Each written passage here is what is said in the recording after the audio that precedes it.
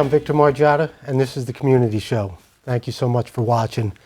First of all, I'd like to thank James Brooks and Joe Pisano for keeping the show going. Without them, we wouldn't be here. And it's such a great opportunity to highlight people in the community, people that are involved in the community, that keep this community going. And I got to tell you, I love this area. I love Verplanck, Montrose, Buchanan, the whole town of Cortland, and the whole surrounding area. It's so beautiful, especially now this time of the year. It's springtime and the flowers and the, time to get out and work on your garden. And I got to tell you, I'm just so blessed. And I am blessed also to have Jill Wynkoop Davis. She's the head librarian here in Montrose, and she's going to give us a lot of history. So thank you, Jill, for coming on. Thanks for inviting me, Victor. All right.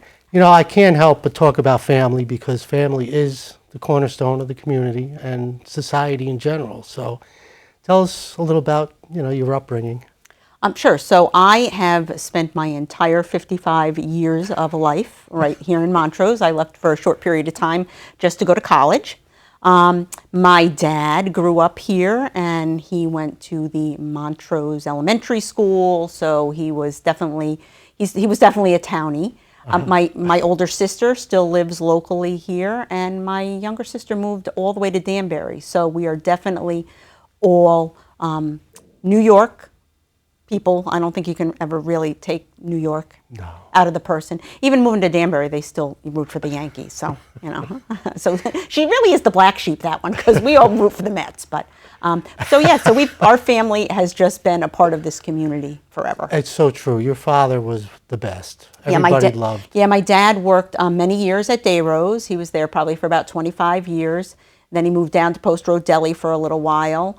And even, when they retired and they bought a home at the Jersey Shore, they still kept an apartment up here. So what I did was my husband and I bought my family home from my family, and we keep the apartment upstairs for my mom and dad. Oh, that's so great. You just brought your mom down to the shore. How did that go? I did. Yeah. It was great. The Jersey Shore is another treasure on the East Coast, I have to say.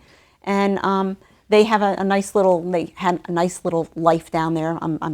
Victor knows, but my dad recently passed away. Yes, so I'm sorry. My mom is, she's learning a new way of life right now, and the shore is a great place for her. Yeah. But she loves coming home here because this is where her family is.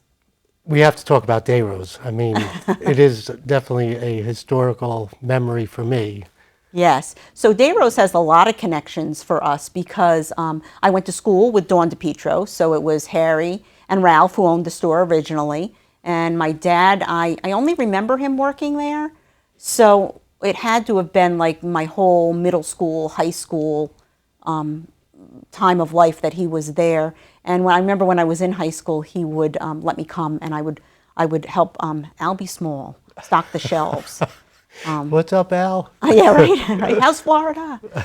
But it was a great time, and then we would go in the back, and I'd get to have a sandwich and a soda, and I always had the best of lunches when we went on class trips because my dad would make me the deli sandwich, I'd get Funny Bones, and I'd get some delicious like Kool-Aid or something like that. Oh, I know. I loved Dayrose. Yeah. You could get lost in that place, though. Yeah. The aisles were packed. Yeah, you could find anything in that place. Yeah, that was the best thing, and always, procrastinated the school project last minute. Okay, we got to go to Dayrose and get the colored paper. The colored paper or the plastic cover that you needed for your project. Yeah. Dayrose definitely had everything. And now that I'm thinking about it, I remember, Dayrose had a baseball team. Remember when the softball. Yeah, they had a softball team, right. Yeah, and they I were remember going to all those games, right? And John Jacoby and Glenn Walsh, maybe. Yeah. They had fast pitch too back then. Yeah. It wasn't. That was some real. They were hardcore. Those guys. I had forgotten about that. Yeah, that was a lot of fun. There was a lot of attachment to Dayrose. Yeah, there really was. Growing up also in a family business, I was in a sport every season, and it was kind of a shame that my dad couldn't come to watch, but I knew he was hard at work and he was taking care of his family, and that's a big part of. For me growing up. So. Right, and I can say when my dad worked at Dayrose, because it was so close to the high school and it was a family-run business, so there was that piece to it. I played volleyball in high school, so he could run up from day rows. Oh, If there was a neat. match Yeah. at the high school and Oh, watch it. that's So that great. was good. Yeah. So where did you go to college? I went to Bryant College in Smithfield, Rhode Island. It's funny because, well, it's funny, but I guess it just kind of goes with the history of our family. My mom and dad both went to Bryant, and that's actually where they met. So, yeah, so I went there, and then to take it a step further, my son also went to Bryant. So it's another legacy of the Wine Coop crew. Oh, that's great. Yeah. Now, did you always want to be a librarian? Absolutely not. My degree is in hotel and restaurant management. So I worked for about 5 years for Marriott. And then I had my son, and I went back to work for Marriott. And then I had my daughter in 1993. And it was, as you know, I mean, it's a tough business. Yes. And the hours are brutal. And at that point in time, I was the restaurant manager, so I had to be in Terrytown at like 5 o'clock in the morning. And it just so happened that my husband was working 10 days on and 4 days off in his job. And Connie Dykman, who was the director before me, was friends with my mom. And my mom was on the board of the library. And she said, "You think maybe Jill wants to do a few hours at the library?" So she asked me, I said, sure. So I started working every other Thursday and Saturday. And it was funny because like you just get the bug. And my family will tell you, like, I am the question asker of the family. And I will continue to ask you questions until you say, I don't know. Like you have to say, I don't know, or I just keep firing the questions it's not a at you. conversation, it's an interrogation. Absolutely, yeah, that's absolutely the way it is. But so I guess I got the bug. I went back. I got my master's degree. I worked here from 1994 to 2006 when Connie decided to retire, and then I was hired as the director in 2006. So I've been the director since then. Oh, Yeah. that's so great. And the library has a great history. Where did it start? So we just redid our web page, and on our web page there's a history of the library. So it's a great place for you to go and take a look. But kind of the general theme is it started in 1931. It was 5 women from College Hill who decided that there needed to be a library in this area. And in 1932, they formed a library with 5 trustees. And they collect, and most books were donated books. And they had a very small collection. They had like no budget. It was just whatever people donated. And I think they started you could become a member of the association like for 50 cents or something. So that was their budget. And then in 1938, they decided that they were going to officially apply to be a library. So they got a provisional charter. And when you get a provisional charter, you have to meet certain requirements before they'll let you be an official library. So it took them until 1949 to get that. They got their absolute charter. Wow. And part of the requirements are like you have to have a funding source. And when they first began the library, the service area was the Montrose Water District, which I think is pretty funny. And then very quickly in 1938, it became the residents of the Hendrick Hudson School District. And to this day, that is our service area. Then, so from 1949, so when the library first began, it was in a building where the ambulance corps is right now. Okay. And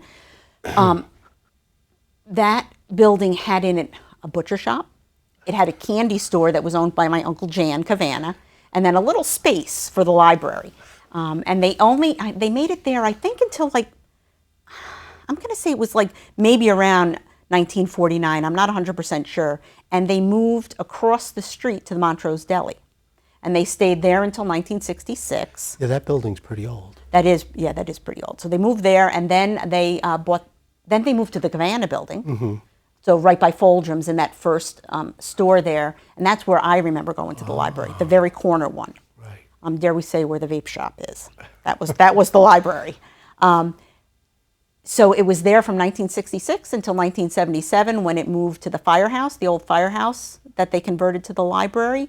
We stayed there until 1997 when we moved to this newly built building from the ground up. And it's an incredible building. They really did some job. Yeah, it is beautiful. And I give kudos to our architect. We've used the same architect from the Cavanna building to the firehouse to this building. So Lothrop Associates has done all of the architectural work, and even any of the additions or internal changes that we've made throughout the years have been done by them. So it's a great building. We talked a little earlier about the building that was here Yes. before the library, was the Kennedy House. Yes. And that has a whole historical piece to it also. There's a marker out in front of the library, and there's also a QR code that you can scan to get a little bit more information about it. So when we bought it, it had been after the fire. There had been a fire in it, I think maybe in the early 80s. Yeah, I remember or that. late 80s, and it stayed vacant for a while.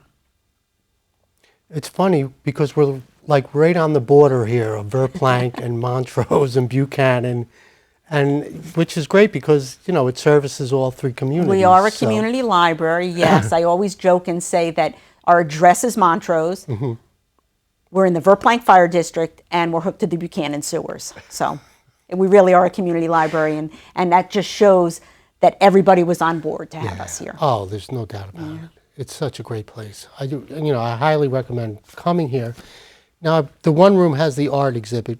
Now, does that change? That does change. So we have an art curator who is contacted by artists. So we have an application on our website that you can go to, fill out, email in, and then that changes monthly, as does, we have a separate exhibit that's in the hallway. So there's a hallway exhibit, and there's the community room, which is the Constance Dykeman Community Room. So it was named after the former director. It's local artists, but sometimes people just hear about us, and we get artists from other parts of the state, which is nice. We do some we do some work with like some of the ARC, so some of the special needs kids. We always do one exhibit. It's usually either March or April is the school district. So the entire room is filled with stuff from, you know, kindergartners right up through 12th graders. And then the board holds one of their March meetings here at the library to kind of highlight all the art. So. Now, can somebody rent the room for a... Yes. Yep. That is a rentable room. It is free to rent it 2 hours. You can have it 2 hours for free. There's different rates for whether you're for-profit or non-for-profit, but we have had, you know, the town holds some of their meetings in here. We definitely work very closely with the school district, so if they need space, they have space here, and we do a lot of our programming in that room. And people come in and do different services for, you know... Yeah, so before COVID, it was hard to get that room because it was booked so frequently. Now with COVID, it's definitely slowed down, and we definitely can't have as many people in there, but we're starting to allow people to book again. But we do craft programs in there. Defensive driving is a big one. I will say with the pandemic, we are one of the few spots that New York Blood Center can still operate out of. So we have a monthly blood drive here. It's usually the second Tuesday of each month. Yeah, well, you're not going to stop that. You're always going to need blood. Yeah, so they are one group that we did not prevent from coming in during COVID because that's definitely needed. Yeah, so that's a great room. Talk about the staff. Oh, the staff is great. Yeah. If you haven't seen our Meet the Staff on Facebook, Yeah. I highly recommend you go back or go to our Facebook page and take a look. We have a great staff. We have a pretty local staff. You know, I talk about myself being here for so many years, but our children's librarian, she's probably our longest standing employee, Terry Jersey. Hi, Terry. Yeah, hi, Terry. She started as a page in like 1986 and always kept some employment here. She worked weekends, or she'd work on the circulation desk or whatever. And now she's full-time our children's librarian. I have my administrative assistant is Jenny Colasar, and she grew up in the area, went to Hendrick, Hudson. Her family has lived here for a long time. Yeah. They're the Dykeman crew, right? So we know them. So she's been here quite a while too. I have another person, Katie Karachi, who started as a page, and now she's the administrative assistant. So as well as just the general staff, the staff that work the circulation desk, some of them have been here 15, 17, 19 years. So it's a great staff and a very local staff, which I think is really, really a benefit to the library. It is, because they care. Yep. And they know what the community is and what the community needs. What are the opportunities to be a page? I know it's because of COVID, it's a little different. Yeah, so we had always hired pages from the high school and we would get kids who, like I said, right, would stay here or come back and eventually end up part of the staff. But it's a little bit more difficult now with the cost of things and with the minimum wage requirements. It's become very difficult for us to hire pages. So pretty much it's the staff who works here who now shelve the books. And that's sad, because that was a great opportunity for kids. For their first time little job, you know. Yeah. Our pages worked like 4 hours a week. It's not like it was a big commitment. No, but it gave them a little, incentive. Yep, responsibility and all of that. Yeah. Maybe in the future, who knows? Yeah. And you talked about the children's section of the library. Yeah, if you haven't been here in a while, you should really come. We did a 1,200 square foot addition to the children's room that was completed in 2017. And it's gorgeous. It's absolutely gorgeous. It has a huge public theater tree in the middle of it. There's a community room down there that's just for the kids, so it's for all the kids' programs. We have a beautiful outside sitting area with benches, so we can do programming outside. It's a great room. It's a great room. Talk about how important it is to read to kids and for them to start reading at an early age. Well, I think that reading is fundamental, right? And it's something that we start with really early with our kids. And I don't think it's something that the way that we're moving to more electronic reading, I don't think that's what the kids want, and I don't think that that's what's best for them. So I think that having a great children's room is terrific, because they may, when they get into middle school, high school, they may go to electronic reading, and that's fine. But I think in the early ages, that interaction, not only with the book, but with the person who's reading the book, is so very, very important. So that's why putting that addition on was just, it was really a great thing for the community. Yeah. I've said it before a few times on the show, I was never a great reader, but I was an excellent listener. And when a book was read to me, I remembered every word. Yep. So do you have books on cassette or books on... Oh, you're dating yourself. Books on cassette. Ooh. No. So we do have books on CD. All right. That's about as far back as we go. But we do have many opportunities for you too. We have our own app that you can download, and there's also an app called Libby that you can download that you can then check out audiobooks that you can listen to. There's also on our website, under the online resources, there are some things like ABC Mouse, which are more the electronic books, so you could sit on an iPad with a child and do that. So we run the gamut. We really do. What other services do you provide? Well, how much time do you have? Oh, all day. Okay, good.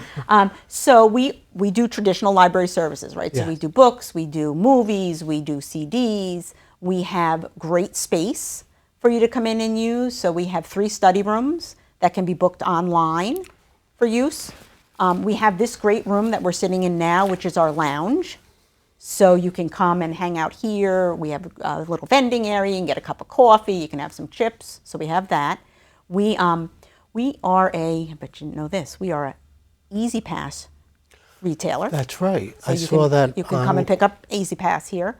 We have 3 notaries on staff, so we provide notary service. And we are a passport processing agency.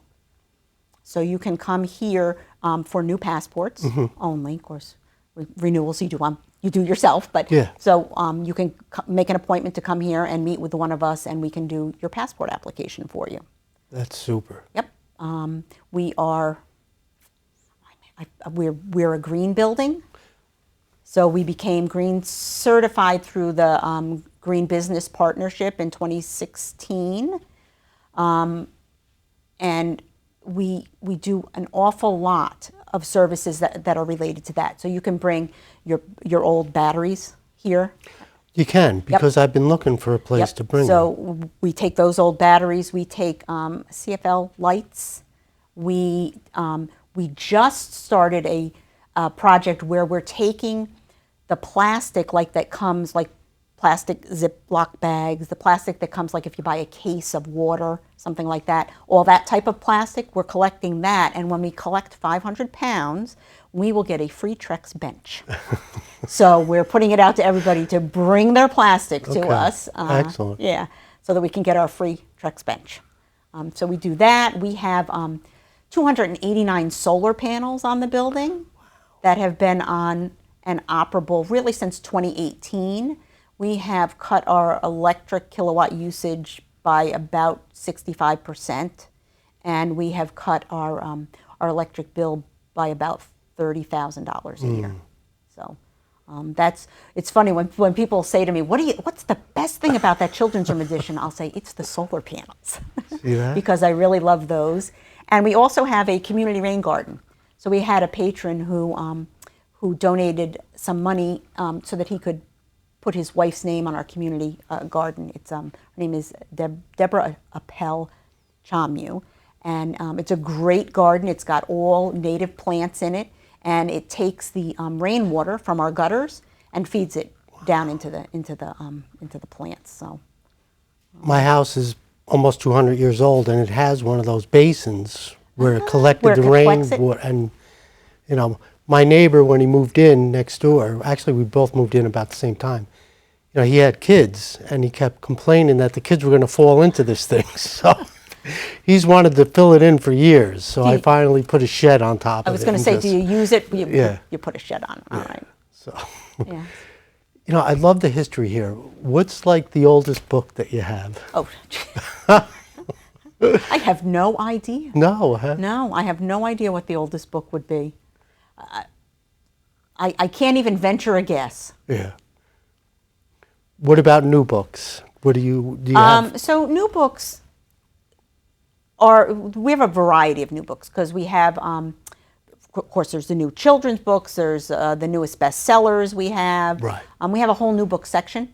So usually that's the best place for you to go to see what's out. We also have a service that you can register for online also that's called Wowbrary. And what that is, it's a weekly newsletter that gets delivered to your mail and gives you all the newest items. So anything that's been cataloged in the last week, you get to see. So you'll get to see what the newest books are that we've received. So that's a good service. Yeah, people write books all the time. There's thousands of books out there. What finally gets a book into the library?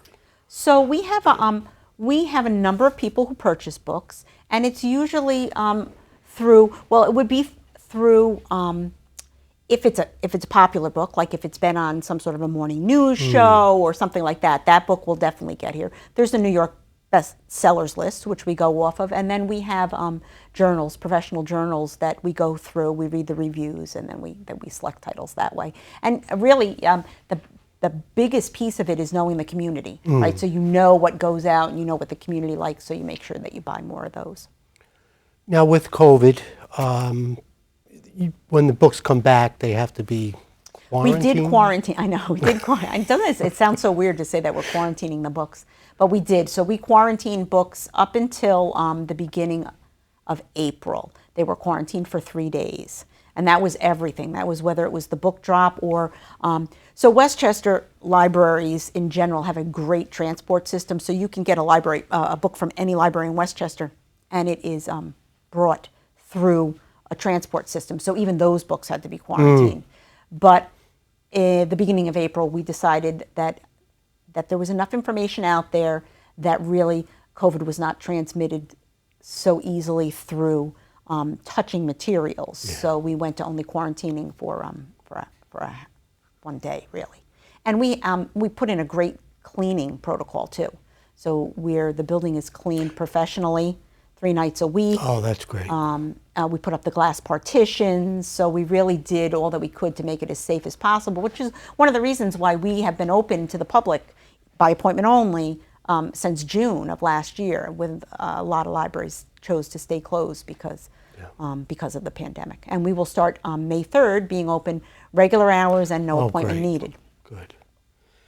Okay, the building is part of the community, but what makes up the community are the people. So now with people coming back, and you know, a lot of people are suffering from a little bit of depression, a little bit of, you know, mental, and the kids kind of fell back a little on the learning. What are we going to do to help them?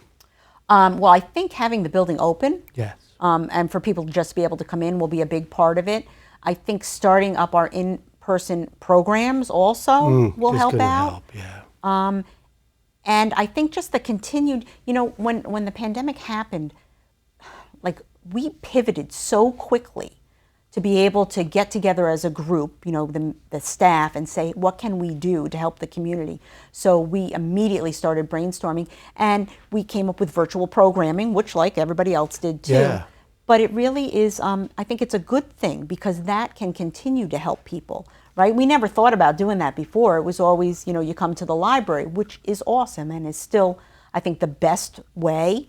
But if you can't get here and you are isolated, I think that the virtual programming that we offer and other libraries offer really, really will help people. And their services. I mean, Westchester Library System has a whole array of services that will help people from transportation to mental health to substance abuse. So there is a lot that people don't realize is available through their local library. And that's so important because I think you're really going to start feeling the effects of what happened within the next year or so, what it did to people. Right, and I hope that the library can be like a safe place for them because I think for some people it will even be a challenge like leaving their house, going to the grocery store, like where am I going to go? So this, I hope, would be a safe place where they feel like they could come, they could walk around for 15 minutes and then, leave with something, a book or a conversation with a staff member, and that maybe that will help. Yes, and got to thank you guys for making everybody feel so comfortable. I think that's so important. Thanks. And it makes a community. Absolutely. So. Any last thoughts? No, I think I've given you a lot of thoughts. Yeah, a lot of information. Yes. So what are you reading right now? Or what do you suggest? I'm actually reading a book called The Ancestors. And you caught me on a good day because there's a lot of times that when I would say to you, I'm really not reading anything right now because I tend to read a lot of professional magazines. But I'm reading a book called The Ancestors, and it was a book that I found because of a virtual program that I attended, which was it's called the Ya Book Club, and they had these two authors on it, and it just sounded like such an interesting story that I immediately put it on hold and got it, and I will read it. Excellent. And you mentioned magazines, and here we are with the magazines. Yep. I mean, that's a job in itself, keeping the circulation going, right? It is, yep. But we have, we have one staff member who's in charge of making sure that all of the newest magazines are out, and that the old ones are kept, and that everything is, cycled out on a timely basis. Which pre-COVID, those magazines used to go to other places. So we used to send them to, some of the senior homes and things like that, so that they would have materials to read. That's excellent. Jill, thanks so much for coming on. Oh, thank you, Victor. Yeah. And when you see your mom, tell her I said hi. I will. And of course I see your sister, but tell Sarah I said hi. I certainly will. All right. Thanks so much for coming on. You're welcome. I'm Victor Margiotta. This is the Community Show. Thank you so much for watching, and come to the library. Thanks.